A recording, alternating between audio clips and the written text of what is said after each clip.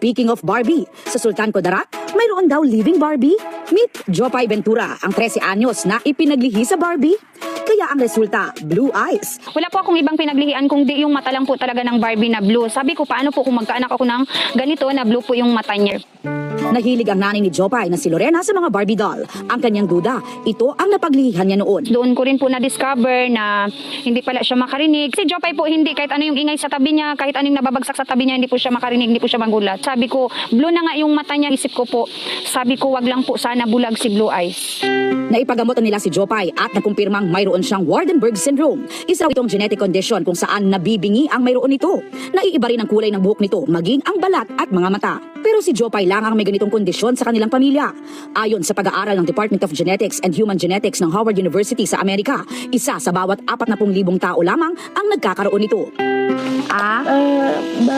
Papa. Sa edad na 13, nakikipag-usap si Jopay sa pamamagitan ng pagsisenyas. Dahil di makapag-aral ng sign language, gumawa ng sariling senyales ang pamilya para magkaintindihan. Yung senyas namin mga ganun-ganun na lang kay hindi man din siya nakapag-aral ng sign language. Sana makapag-aral siya ng sign language na personal talaga na maturuan siya ng teacher na mag-sign. Tapos